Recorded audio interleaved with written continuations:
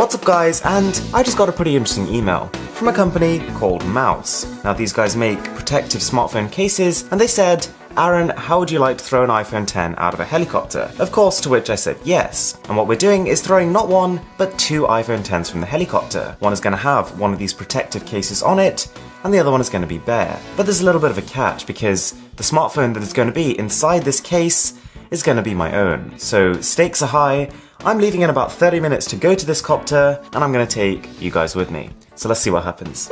Just before we go though, I've got to pick my weapon of choice. So we've got 3 different cases in front of me. One of them is carbon fiber, and 2 of them are made of wood. So here we've got my pretty brand new looking iPhone X, at least for now, and we're going to stick it in one of these cases and get going. Alright, so more or less the minute I got there, the helicopter was sitting there waiting on the ground, ready for us to jump in, and the whole crew is just really excited to see what happened. So phones in hand, we pretty much legged it to the chopper, of course extremely dramatic stuff. We were actually ducking, even though there was probably a good 6 foot between us and those blades. I think it felt like it was closer at the time. And within about a minute, we are off. So the plan was we're going to fly to a height of about 1,200 feet, which is a little bit higher than the 45-foot crane drop test that the company last did.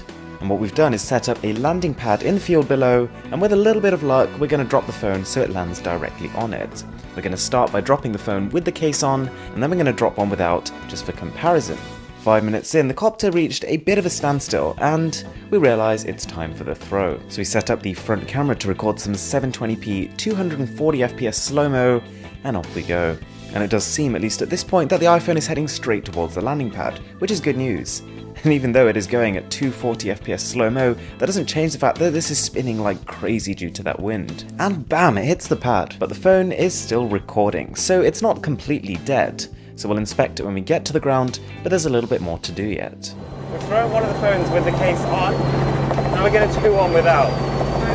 So here is the uncased space grey iPhone X, and it's time. So just like we did with the first one, we're going to chuck it straight out of that little window and see what happens. So we hovered at the spot just for a little bit to make sure the phone had hit the target, and then we started to land pretty quickly. And on the ground at least, it looked like people were pretty happy. As it turns out, the phone that was in the case is completely unscathed. And the other one, as you probably imagine, didn't fare so well. So at this point I was told I was now allowed to keep my iPhone X, which is literally still in out-of-the-box new condition. But the test doesn't end there. We've got the same iPhone X that was dropped bare out of the helicopter, and then we've got a brand new iPhone X, also space grey, but in a case. And we're going to try throwing them down on a slightly more testing surface, an uneven stone floor. So taking it in turn, starting with the cased phone, what probably seems pretty undramatic from this distance, when seen from close up, is pretty impressive. You can actually see the case absorbing the impact of the shock. That's not quite what happens when the phone is bare. Having said that, the iPhone X, even without a case, did fare quite a bit better than we were expecting it to. Don't forget this is, as Apple says, the most durable glass ever on a smartphone. So because we vowed not to leave until one of these phones was destroyed, we did it again, but much, much harder. And this is what happened. The uncased iPhone X was completely destroyed. We were actually amazed at how much damage this one throw had done to it, but yeah, the cased iPhone X was still completely unmarked, including the case. So we took that off just to check, and we did a once over of this phone, and you cannot actually tell it's been dropped at all. A couple of throws later, comparing it side by side to its unprotected cousin was actually kind of funny. The naked iPhone was not only completely unresponsive when you touched the display, but also was a bit of a hazard to hold.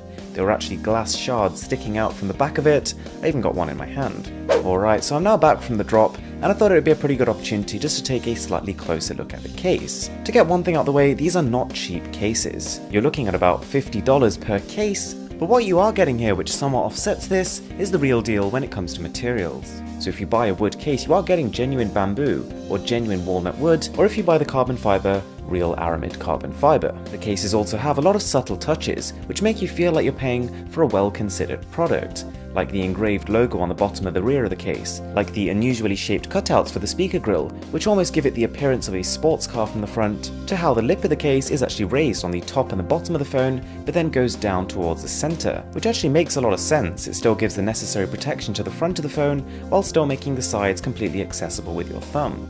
Whilst it is clear the company has put a fair bit of effort into devising a case that is not too bulky, just because of the type of protection on offer here, it is going to add a fair bit of width and thickness to your device. Speaking of the protection, the technology these particular cases use is called aeroshock, which means the rims of the cases on the inside are stacked with layers of air pockets. And what that does is when the phone is dropped and hits a certain point, redirects the impact so it is spread across the whole case as opposed to being directed at one point. And after all this dropping we've been doing, safe to say it does do what it says on the tin. That is one thing we can't deny. Each case does also come with a triple-layered screen protector which combines TPU, silicon and plastic, and it's also built from the ground up to support wireless charging.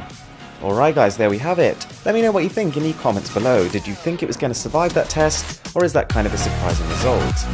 With that being said, my name is Aaron, this is Mr. Who's the Boss, and I'm signing out.